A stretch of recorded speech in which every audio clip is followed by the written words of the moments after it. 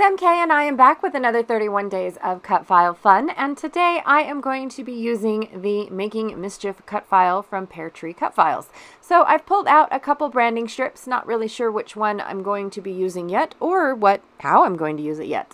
Just pulled out some things that I thought I might want to use. These two doilies were gifted to me by a viewer. Thank you so very much. This is the cut file, and I have all of the inner pieces as well as the little dot for the eye in my little baggie. I have this little piece from Kaiser Craft many moons ago. These are the flowers that I cut from a cocoa vanilla, paper. I think it was Dream something. A couple layouts ago. I have several little pieces. I'm not really sure exactly where they're from. Some are Heidi Swap. Some are, I want to say Lawn Fawn. I think it's Freckled Fawn. No, Freckled Fawn, one of the fawns. I'm not really sure, you guys. I got them in kits. And so when I get kits, sometimes it's stuff that I'm not very familiar with or that I purchase constantly. Like I have several manufacturers that are my favorites, and then a few that I just pick up here and there because of the random collections that they come out with. That recipe card is by Heidi Swap. It came in a kit club as well. I have 4 photos to do right now. 4 photos that I would like to put on the layout. Oh my gosh, I don't know what I'm saying. This is a fern cardstock from Close to My Heart. It is double-sided, so I got a light and a dark on both sides, but I'm not sure which one I'm going to use just yet. And also from Close to My Heart, I have the Gimme Some Sugar paper here from 2017, so I don't think it's available anymore. But I'm going to use this gray side that's got a bunch of fun kitchen stuff in it. These are photos of my mom and dad making breakfast. We were visiting with them over Thanksgiving, and so they were making breakfast and causing each other problems because that's what they love to do when they're in the kitchen together. At one point in time, one of my parents tell the other to get out, and that's about as far as they go is where my dad is. They turn around, walk 2 steps, and then they go back eventually. So that's why I thought that this title is absolutely perfect for my photos, because both of my parents do the exact same thing. When my dad's cooking, my mom's doing it. When my mom's cooking, my dad's doing it. And so it just makes me giggle, and the making part is what drew me towards the kitchen, because we're making, breakfast, lunch, dinner, whatever. So that's why I came up with this. All right, so I'm going to back my mischief word with this cardstock, but I thought I'd give it a little bit of texture. So I'm taking a wood grain stamp, stamping it multiple times the length of my cut file, and then to bring out the wood grain, I'm going to put some this ground espresso ink along the bottom of it and blend it in. So that way it is darker at the bottom, so kind of like an ombre, but it brings out that wood grain that I just stamped, because what I stamped was the exact same color of cardstock. So it was tone on tone ink and cardstock, both from Close to My Heart. I think it's the canary color, which I'm not sure if still available or not, you guys. I am totally behind on whether or not it's colorful.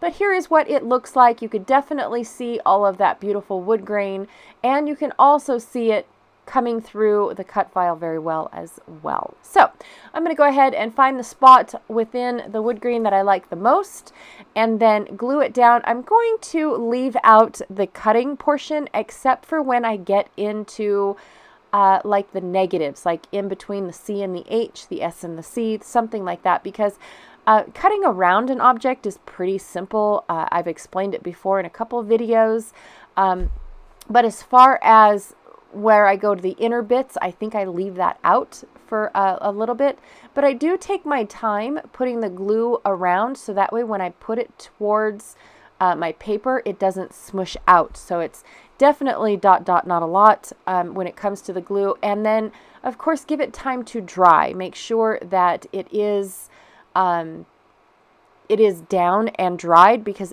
you're using very little glue, and so you want to make sure that it's fully adhered before messing with it. So what I'm doing is I'm taking pretty much mouse pad. I don't know where it's from. I think it's from Creative or Making Memories millions of years ago.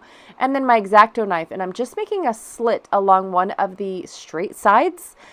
So just big enough to get my scissors in, and then I will cut around as if it was part of, the outside of my cut file.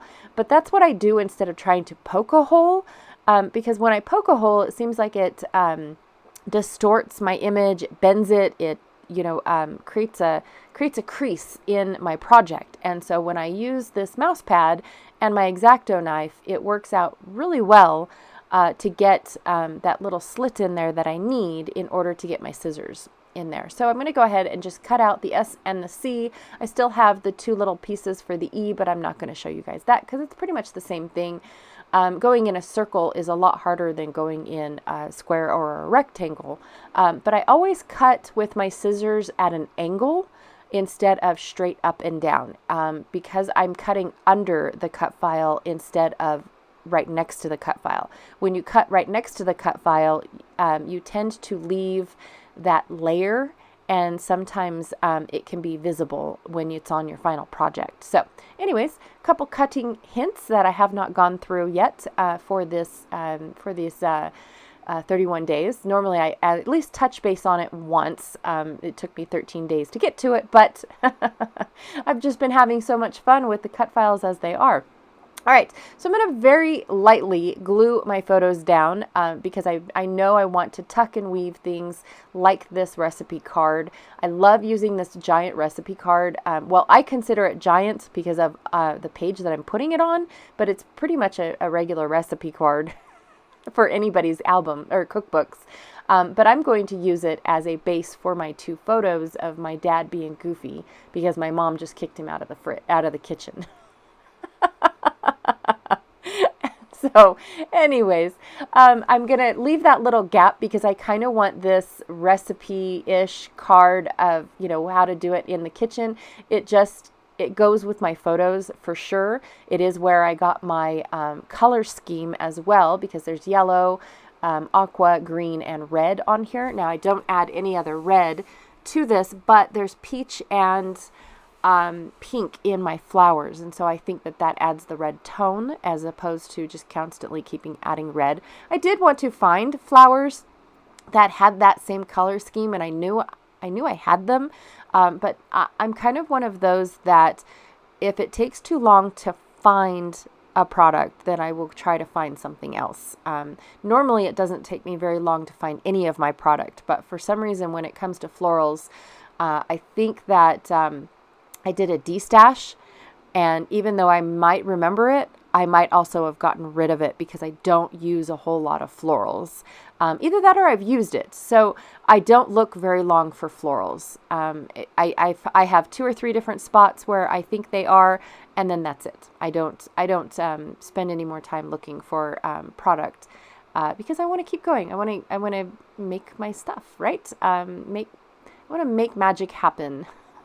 So I'm also going to very lightly glue these photos down as well because I don't know where I'm going to be tucking or anything like that. Everything that I'm going to be putting on top of the photos will also help me secure it down, so I'm not too worried about going back and trying to put photos down for those smaller photos, or more adhesive down for the smaller photos. I'm going to fill the gap with this recipe card. I can't really remember what it says, to be honest, but I think I get it in the close-ups. I'm going to go ahead and put the Making Mischief down so that way I'm kind of making an L shape or a T shape in my layout, so that way I've got my 2 photos on the side and then the main element coming out. I'm going to go ahead and tuck some flowers in using the doilies just as some fillers and some bases for my clusters. Very simple clusters this time, not very much going on. I just wanted a sweet, silly layout, if that makes any sense. So my parents are very sweet people, but they are very silly people. And so I definitely wanted that mood and feel for this particular layout. So I'm just trying to figure out which flowers. I know I don't want to go all flower crazy. I don't want to make it look like the recipe card is laying on a bed of flowers. I definitely don't want that. So I'm just going to take the 2 clusters. I'll have many more to play with later on. You'll probably get sick of seeing these flowers, but that's how I roll. They're already fussy cut, and sometimes I get lazy like that, so I'll just use what I already have. Yay! And then I'm going to also have a smaller little cluster down on the lower right-hand corner. That way I can draw the eye across the page and down, so the person gets the whole visual. They don't just stay focused on my dad's photos, but they get the two photos on the side as well. I know it seems weird when I say following the eye or moving the eye around the page. It is quite believed. I don't know how true it is. I all I have is my kids and my family that look at my albums to go off of this saying. But sometimes when you put a cluster around a photo, that's all people focus on, and that's why they call it the focus photo or the focal photo. Because of the fact that you made it that way subconsciously or consciously. You made it that way by how you decorated your page. And it's not a bad thing. I'm not saying that that's bad at all. I'm just saying that that is what it is. So we create these other little clusters, like it's said before, in sets of 3. We create all these little clusters so that way we can get the eye to keep moving. So yes, you've gone to the main part of the layout, but then there's another little cluster over here. Okay, let's move the eye over this way, and then there's another one over here. Let's move it this way. So I have been known to, on single pages, to only have 2 clusters. I like to have multiple photos all over my pages, and so it's kind of hard for me to get 3 clusters, especially the small, medium, and largest. So normally I usually have a large cluster and a small cluster. I skip the middle in between because I'd rather have more photos than embellishments on my pages. But yes, it is a thing watching the eyes move across your page. I catch my children, I catch I catch family members constantly saying how they would have missed that if that cluster wasn't there, or they just barely saw that, oh, I remember that. I wouldn't have seen it if, this wasn't here, or, if it didn't draw my eye to it, which is, it's actually said when they go through my photos, which kind of makes me smile, because it's like, that's what I wanted it to do. Type of deal.